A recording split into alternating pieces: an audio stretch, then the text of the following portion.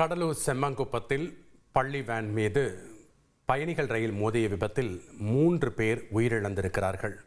தற்போது செம்மங்குப்பம் பகுதியில் மீட்பு பணிகள் துரித கதியில் நடைபெற்று வருகிறது. சோதனை ஓட்டமாக தற்போது துவங்கி இருக்கிறது. விவரங்களை தேவநாதன் வழங்க நாம் கேட்கலாம். இப்போ நம்ம இருக்கிறது தான் இந்த செம்மங்குப்பம் காலையில் ரயில் விபத்து நடைபெற்ற பகுதி. இதை பார்த்தீங்கன்னா இதுதான் அந்த ரயில்வே கேட். இந்த கேட்டை மூடாததால் ஏற்பட்ட விபத்து தான் இந்த விபத்து.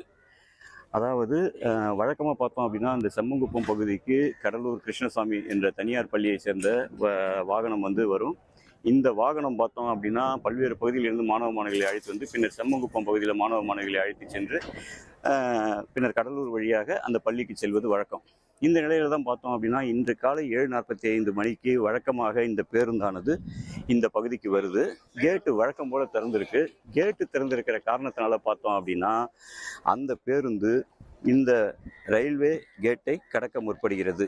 அந்த நேரத்தில் கடலூரிலிருந்து காரைக்கால் நோக்கி வந்த பேருந்து மிக வேகமாக அந்த பேருந்து மீது மோதுகிறது, பள்ளி பேருந்து மீது.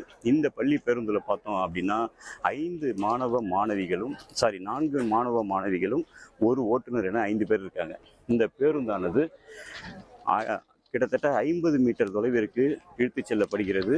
இழுத்து செல்லப்பட்டு அந்த பகுதியில் அதுக்கப்புறம் அந்த ரயில் 200 மீட்டருக்கு அப்பால் போய் நிறுத்தப்படுகிறது. இந்த பேருந்து என்ன ஆச்சு அப்படின்னு நம்ம பார்த்தோம் அப்படின்னா இப்போ பார்த்தாலே உங்களுக்கு தெரியும் இந்த பேருந்துடைய நிலை இதுதான்.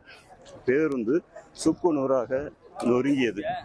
பேருந்தின் சக்கரம் தனியாக, பேருந்து தனியாக என அது நொறுங்கி கிடக்கும் காட்சியை தான் இப்போ நம்ம பார்க்குறோம்.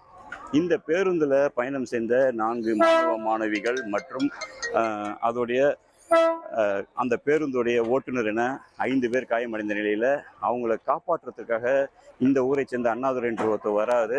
அவர் அருந்து கிடந்த மின் கம்பியில் அடிபட்டு அவரும் காயமடைகிறாரு. இதில் 6ஆம் வகுப்பு படிக்கும் ஒரு மாணவன், 11ஆம் வகுப்பு படிக்கும் ஒரு மாணவி என 2 பேர் உடல் துண்டாகி சம்பவ இடத்திலேயே உயிரிழந்து விட்டனர்.